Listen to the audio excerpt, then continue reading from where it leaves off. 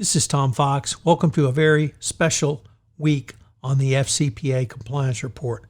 On Monday, August 31st, will be my 500th episode of the FCPA Compliance Report. This week, I've asked 5 of the top compliance commentators around to share with me some of their reflections on what has changed from their perspective over the past 10 years or so in compliance. We begin with Mike Volkov on changes in FCPA enforcement. Matt Kelly visits with us about changes that he has seen from his business journalist hat perspective. Jonathan Armstrong talks about changes in data protection and data privacy. Jay Rosen talks about changes from his unique business development perspective. And finally, Jonathan Marks talks to us about the changes he sees in compliance mirroring those he saw in internal audit after the passage of Sarbanes-Oxley. On my 500th episode, I'll talk about some of the changes that I've seen and also some of the highlights from podcasting over the past 8 years or so. This is a very special week. I hope you will enjoy it as much as I have enjoyed producing it and bringing it to you. Thanks for being a part of the FCPA Compliance Report, and I hope you will stay with me on the journey to episode 1000. Hello, everyone. This is Tom Fox back with my lead up to the 500th anniversary show of the FCPA Compliance Report. Today, I have with me my good friend, Jonathan Armstrong. Jonathan, thank you so much for being a part of this lead up to my 500th show. Well, thanks very much, Tom. And on behalf of the Queen and the British people, I congratulate you on such a milestone. Well, it doesn't get much better than that. Jonathan, we both have been practicing for quite some time, but what I wanted to visit with you about today was some of the changes that you have seen literally in the past 6, 7, 8 years up to where we are now and where we might go in the future. So with that, I know you practice in data privacy, but you've also dabbled in anti-corruption. And I think because of the focus of the UK law, we have the UK modern slavery law. So why don't you let us know? Yeah, I think even 10 years ago seems to be somewhat of a different world to me. Of course, in August 2010, Barack Obama was the US president, David Cameron, the UK prime minister, and then without being very political, then it all started to go horribly wrong. So I think many of us yearn for at least elements of those days. And I think as well as us changing quite a bit politically, then the compliance world has changed as well. So if we start and look at data privacy, data protection, of course, there were laws across the EU on data protection in 10 years or so ago. And in fact, there were older laws in some countries like Portugal, where their laws go back to the 1970s. But GDPR wasn't in force 10 years ago, nor were things like the new criminal offences, which came into existence in UK law just in 2018. Of course, in some respects, it was perceived that there wasn't such a big requirement for fines of the type that we've seen under GDPR. It was a slightly different world, wasn't it? In that there were less tech monopolies. In the last 10 years, we've had this accelerated world where organizations like Uber, for example, can go from startup to new market entrant to quasi-monopoly in 28, 36 months.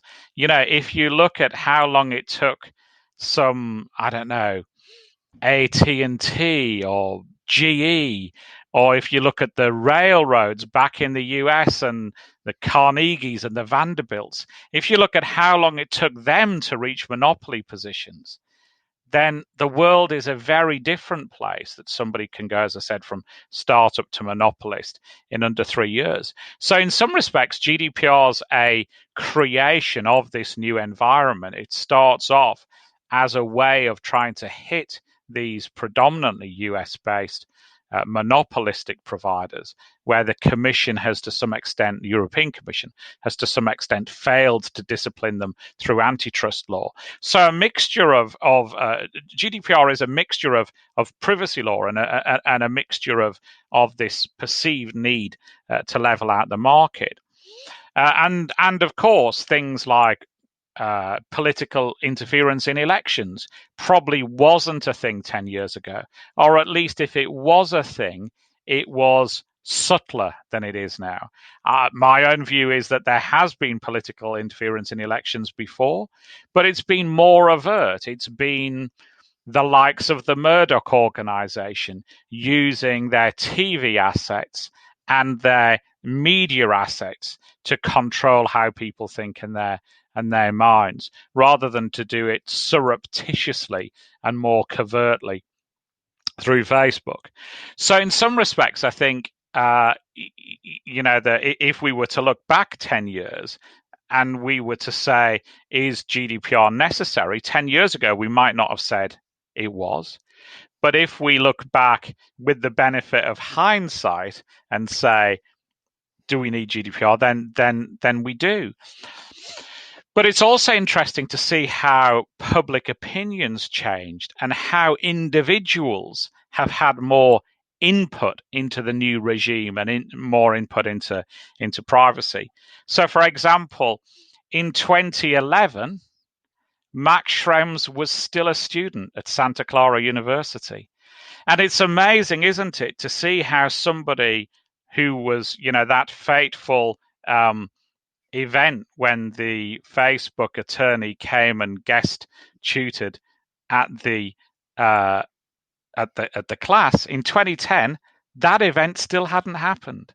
And so we've had since then this whole journey of privacy activism with people like Max Schrems making the subject access request against Facebook, complaining to the Irish regulator, it reaching the ECJ, whole governments getting together to respond to that case. The mass of the US administration and the European Commission flying over the Atlantic to meet with each other to put in place Privacy Shield in response to the criticisms of Safe Harbor, and then now getting ready to do the whole thing again because Schrems has and his team have effectively knocked out the Privacy Shield scheme. And Schrems's walk now isn't a lone walk, if it ever was, because we've got other privacy activists like La Quadrature du Net, like Digital Rights Ireland. And in some respects, everybody is now a privacy activist. Employees who are furloughed in the current pandemic are using data protection rights to work out whether they should be furloughed or a co-worker. Individuals who are let go after furlough are using their data privacy rights. So I suppose in some respects, to use an Italian term, because we're all Europeans, there's been very much a volte-face with privacy rights, where we've changed from privacy rights being something that people don't care so much about and are enforced by the state to privacy rights that people generally do care about, and they're using to obtain help themselves. And in some respects, that's the bigger consequence. Of course, we've had other consequences like the rise in fines. 10 years ago, the maximum fine in the UK was £500,000.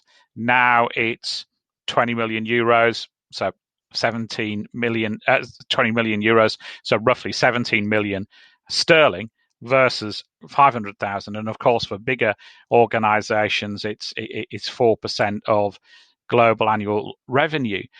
So we've seen a huge rise in fine, but I think the effect, even more so now, is this activism thing. Organizations are having to deal with privacy requests, privacy complaints on a daily basis, whereas previously it was twice or three times a year. So I think there's been a real change in the world of privacy. In bribery, I think we've perhaps had less change. I mean, obviously, the legislation in the UK was updated in 2010. That didn't come into force in 2011. In some respects, we had a reluctant adoption of the Bribery Act in some respects. It was obviously steered through by the Labour government. As I said, the Cameron administration was just new in 2010, and they inherited this legislation. And some, like the then Lord Chancellor, I think were perhaps not as aggressive in the campaign against bribery as people had been in the prior administration. But what the Bribery Act has done to an extent, and what the increased enforcement by the SFO has done to an extent, is to have another sheriff in town. And that might be a sort of lower grade deputy to the US, but at least we've had more enforcement. The last time I looked at the tables, UK was still second in terms of bribery enforcement, admittedly with clear water behind the US. But we have seen other countries also look at the evils of bribery and try and follow the US's lead. So Sweden, France with Sapin, Germany with its draft new laws, etc., etc. One of the other interesting things in my mind, and I tried to get the stats on this, and you might know it better than I do, the FCPA settlements as at 2010, my recollection is that they were predominantly non-US corporations. And I guess to be in the, and I'd be guessing the top 10 settlements in 2010 are probably the 40, 50 level if you look at global enforcement tables now.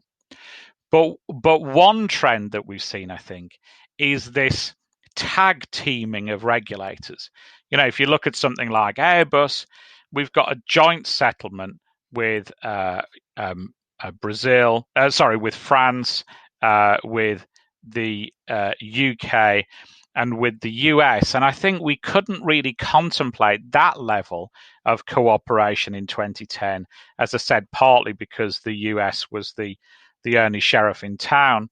And I guess what changed is this the US administration particularly had this ability to pull off almost surrender not victory, to tell global corporations that they were going to win and so they ought to get in and settle with government.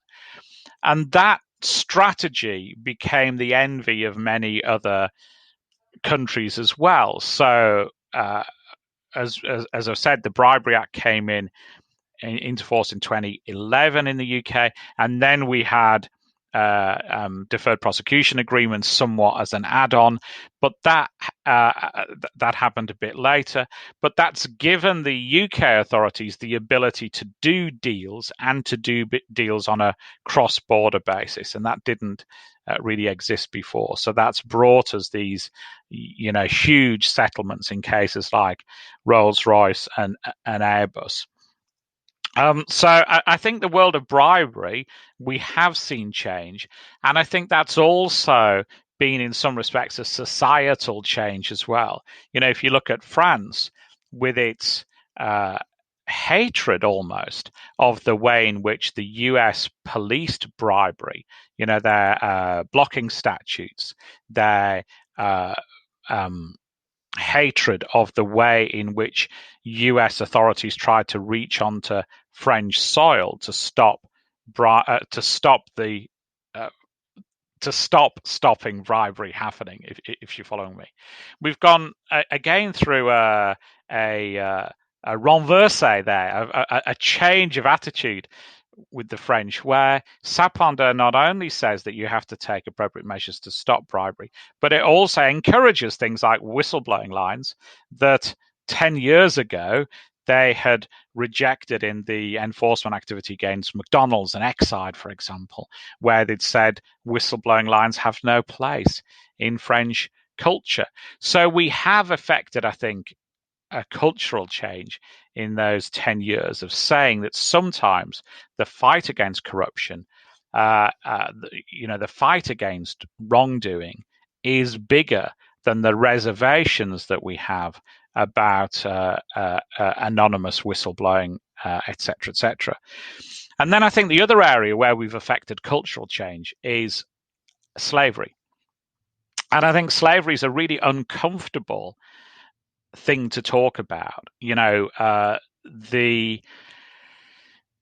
British believe that they had stamped out slavery in the 1800s, whether that's right or not, and we've put statues up to the likes of William Wilberforce, who did do great work in trying to stop the evils of slavery. But when we're frank with ourselves, they didn't do the job. They didn't finish the job. And they stamped out overt slavery, or at least they stopped it amongst British assets, or at least they hid it.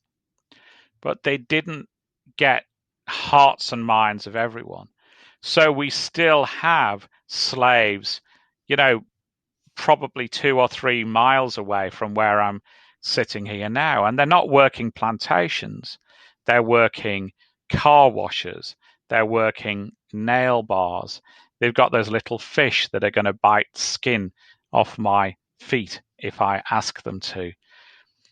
But they're here, hidden in plain sight.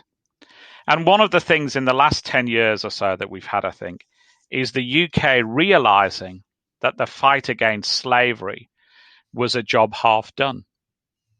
And one of the, I am critical of our government, critical of the current administration, critical of the last, but hats off to them. One of the things they have done is grasp the nettle.